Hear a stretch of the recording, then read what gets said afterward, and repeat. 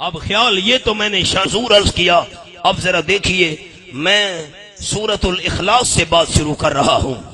دیکھیے فرمایا بسم اللہ الرحمن الرحیم قل هو اللہ احد اللہ الصمد لم یلد ولم یولد ولم یکن له کفوا احد۔ اب ذرا آپ سارے دوست جن کے سامنے قرآن پاک ہے سورۃ الفاتحہ نکالیں جی، پہلی سورت سورۃ الفاتحہ۔ میں آپ دوستوں کو ذرا نمونہ دکھاتا ہوں ربط کا، کہ سورت کے مضامین کا بھی آپس میں ربط ہوتا ہے اور سورت کے ناموں کا بھی آپس میں جوڑ ہوتا ہے۔ آسان الفاظ سورۃ الفاتحہ دیکھیے، ہم نے سورۃ الفاتحہ میں وعدہ کیا ایاک نعبد و ایاک نستعین، اے اللہ ہم تیری ہی عبادت کرتے ہیں اور تیری ہی عبادت کرتے رہیں گے، یہ وعدہ ہو گیا۔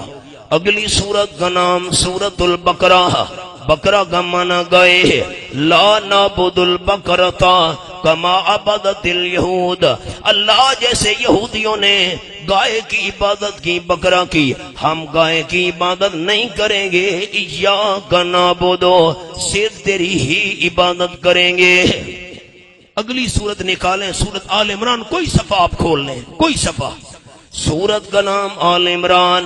اب سورتوں کے ناموں کا آپس میں تعلق آپ کو سنا رہا ہوں۔ لا نعبد آل عمران کما عبدت النصارى، اے اللہ جس طرح عیسائیوں نے آل عمران کی عبادت کی، ہم آل عمران کی عبادت نہیں کریں گے بلکہ ایاک نعبد، صرف تیری ہی عبادت کریں گے۔ اگلی سورت کوئی صفحہ کھول لیں، سورۃ النساء، نساء کا معنی عورتیں، دیکھیے سورت کے ناموں کا بھی آپس میں تعلق ہے۔ نساء کا معنی عورتیں ہیں، ہم نے وعدہ کی اللہ سمن ودی بعد ذالک حقوق النساء، ہم تیری ہی عبادت کریں گے، یہودیوں کی طرح بکرا گائے کی عبادت نہیں کریں گے، عیسائیوں کی طرح آل عمران کی عبادت نہیں کریں گے۔ اس کے بعد النساء، تمام عورتوں کے حقوق بھی ادا کریں گے، ماں ہے، بہن ہے، بیوی ہے، بیٹی ہے وغیرہ۔ اگلی سورت، سورت کا نام سورۃ المائدہ، مائدہ کا معنی دسترخوان، اے اللہ ہم تیری ہی عبادت کریں گے، گائے کی آل عمران کی عبادت نہیں کریں گے۔ النساء، تمام عورتوں کے حقوق بھی ادا کریں گے۔ اب اللہم ربنا انزل علینا مائدۃ من السماء، اے اللہ اب ہمارے اوپر آسمان سے رحمت کا مائدہ اور دسترخوان نازل کر۔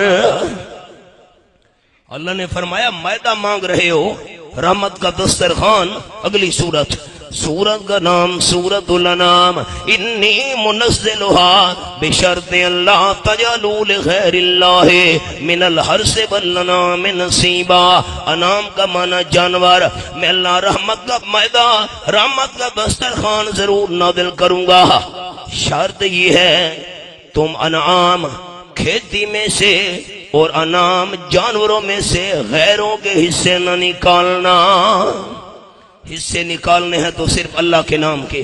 اگلی سورت، سورت کا نام سورۃ الاعراف، ساتھی میرے طرف دیکھیں، اعراف وہ مقام ہے جو جنت اور جہنم کے درمیان ہوگا، نہ جنت والا مزہ ہوگا نہ جہنم والی سختی ہوگی، اس میں وہ لوگ رہیں گے جن کی نیکیاں اور گناہ برابر ہوئے ہیں۔ اللہ کریم نے فرمایا رحمت کا مائدہ دسترخوان مانگنے والوں، میں اللہ رحمت کا مائدہ نازل کروں گا، انعام جانوروں میں سے غیروں کے حصے نہ نکالنا۔ صرف مائدہ نہیں، میں اللہ تمہیں اعراف سے نکال کر جنت بھی داخل کر دوں گا۔ اگلی سورت کوئی صفحہ کھول لیں، سورۃ الانفال، نفل کی جمع، مال غنیمت، دشمنان اسلام سے جہاد ہوا، ان کا مال قبضے میں، مال غنیمت اعراف سے نکال کر جنت میں داخل کروں گا۔ یہ تو قیامت کے بعد کا معاملہ ہے، میں اللہ تمہیں دنیا میں بھی انفال دوں گا، مال غنیمت۔ اگلی سورت سورت کا نام سورت التوبہ، آراف سے نکال کر جنت میں داخل کروں گا، دنیا میں بھی انفال دوں گا، شرط یہ ہے شرک سے توبہ کر لو۔ سورت کا نام سورت التوبہ، شرط یہ ہے شرک سے توبہ کر لو۔ اگلی سورت کا نام سورت یونس، کوئی صفحہ آپ کھول لیں، سورت یونس، شرک سے توبہ کر لو، اور توبہ ویسے سچی توبہ کرنا جیسے حضرت یونس علیہ السلام کی قوم نے سچی توبہ کی تھی۔ اگلی سورت کا نام سورت ہود، حضرت یونس علیہ السلام کی قوم کی طرح شرک سے سچی توبہ کرنا اور مسئلہ وہ ماننا جو ہود علیہ السلام نے بیان کیا تھا۔ سورت کا نام سورت ہود۔ اگلی سورت کا نام سورت یوسف، یہ مسئلہ جو ہود علیہ السلام نے بیان کیا تھا، اتنا اہم مسئلہ ہے توحید کہ یوسف علیہ السلام یہی مسئلہ جیل میں بھی بیان کر رہا ہے۔ اگلی سورت کا نام ہے سورت الرعد، رات فرشتے کو کہتے ہیں، فرمایا یوسف علیہ السلام جیل میں یہ مسئلہ توحید بیان کر رہا ہے، رات فرشتہ آسمانوں پر یہی مسئلہ بیان کر رہا ہے۔ یہ میں نے آپ کو ایک نمونہ سنایا ہے، اب ذرا آخری پارے پر آ جائیں اپنے سبق پر۔ یہاں میں آپ کو چھوٹا سا نمونہ عرض کرتا ہوں۔ دوستوں نے سورت کھولنی ہے سورت القاریہ، سورت القاریہ، یہ آخری 8-10 صورتیں سورت القاریہ۔ اب ذرا میں آخری صورتوں کا بھی آپ کو نام کا تعلق بتا دوں کہ نام کا کیا تعلق ہے، پھر ہمارے سبق والی 2 صورتیں آ رہی ہیں۔ قاریہ کا معنی دل کو ہلا دینے والی، قیامت کا نام ہے قاریہ، اور اگلی صورت کا نام ہے التکاثر، کثرت کی خواہش، ہائے مال زیادہ ہو، دنیا زیادہ ہو، پیسہ زیادہ ہو، اولاد زیادہ ہو۔ فرمایا عجیب بات ہے، قاریہ دلوں کو ہلا دینے والی ہے، قیامت سے ڈرنے کے بجائے تکاثر کے خیال میں ہیں، قیامت سے نہیں ڈرتے، تکاثر، ہائے مال زیادہ ہو، ہائے دنیا زیادہ ہو، ہائے جائیداد زیادہ ہو، تکاثر سے، قاریہ سے ڈرنے کے بجائے ہے تکاثر کے خیال میں ہے۔ پھر والعصر، زمانہ گواہ ہے، نقصان اٹھائیں گے جیسے ہو مزہ چغلی لگانے والوں نے نقصان اٹھایا۔ اگلی صورت کا نام فیل، فیل کا معنی ہاتھی، نقصان کا نمونہ دیکھنا ہو تو فیل ہاتھی والوں کا انجام دیکھ لو۔ اگلی صورت کا نام قریش، کمال ہے، فیل ہاتھی والوں کا انجام دیکھ کر قریش نے پھر بھی عبرت نہیں پکڑی۔ ربط سنے، ربط ناموں کا کیا تعلق ہے؟ فیل ہاتھی والوں کا انجام دیکھ کر قریش نے پھر بھی عبرت نہیں پکڑی۔ وَيَمْنَعُونَ الْمَاعُونَ، عام استعمال کی چیزوں سے روک رہے ہیں، کمال ہے۔ ہاتھی والوں کا جملہ خیال سے سنیے گا، لطف آئے گا انشاءاللہ۔ فیل ہاتھی والوں کا انجام دیکھ کر قریش نے پھر بھی عبرت نہیں پکڑی، معون سے روک رہے ہیں۔ میرے پیغمبر یہ روکتے رہے، میں آپ کو کوثر دے کر رہوں گا۔ سورت کا نام سورت الکوثر، یہی کوثر پڑھ کر ان پر فتویٰ لگاؤ، قل یا ایھا الکافرون، یہی کوثر پڑھ کر فتویٰ لگاؤ، قل یا ایھا الکافرون۔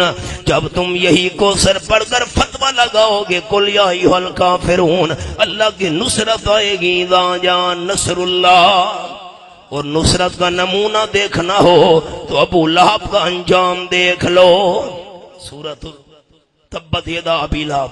نصرت کا نمونہ دیکھنا ہو ابو لہب کا انجام دیکھ لو، میں اللہ کریم نصرت کروں گا، ابو لہب کا انجام دیکھ لو۔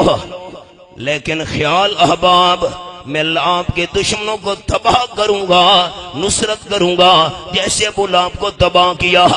شرط یہ ہے اپنے اندر اخلاص پیدا کر لو۔ سورت کا نام سورت الاخلاص، قل هو اللہ۔ اور اخلاص کیسے پیدا ہوگا؟ جب فلق اور الناس کے رب کی پناہ میں آؤ گے۔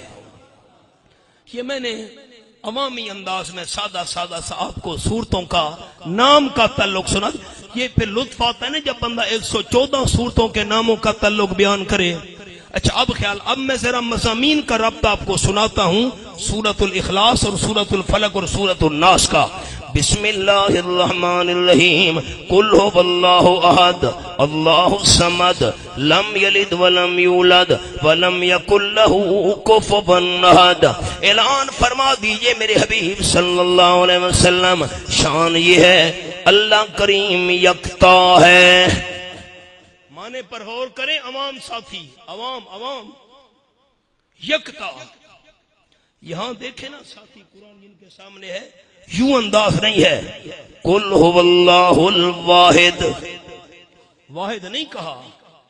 واحد کا معنی ہے ایک. دیکھیں میں ایک ہوں، یہ میرا جسم دیکھیں سارے عوام دوست، یہ میں ایک ہوں. واحد جو ہوتا ہے اس کی جزیں ہوتی ہیں. ہاتھ ایک جز ہے، ٹانگ دوسری جز ہے، سر تیسرا جز ہے، پیڑ چوتھی. یہ بہت سارے حصے اکٹھے ہوتے ہیں. اگر جز سمجھ نہیں آ رہی عوام دوست کو تو میں آسان لفظ بولتا ہوں. واحد اس کو کہتے ہیں جس کے بہت سارے حصے ہوں. بہت سارے حصے ملتے ہیں تو واحد ایک بنتا ہے. اور احد یکتا کو کہتے ہیں جس کی جزیں نہ ہوں، جس کے حصے کوئی نہ ہو. مفتی صاحب میں نے سادہ سے الفاظ میں بات کی ہے، حصے جزیں. اچھا آگے خیال، اللہ کریم یکتا ہے جس کی جزیں نہیں ہیں. اللہ الصمد، اللہ نرادھار ہے. عوام دوست میری طرف دیکھیں، علماء تو جانتے ہیں سب کچھ. ملتان کوئی ہم سے دور نہیں ہے، چنیوڑ سے، میاں والی سے. امیر شریعت سید عطا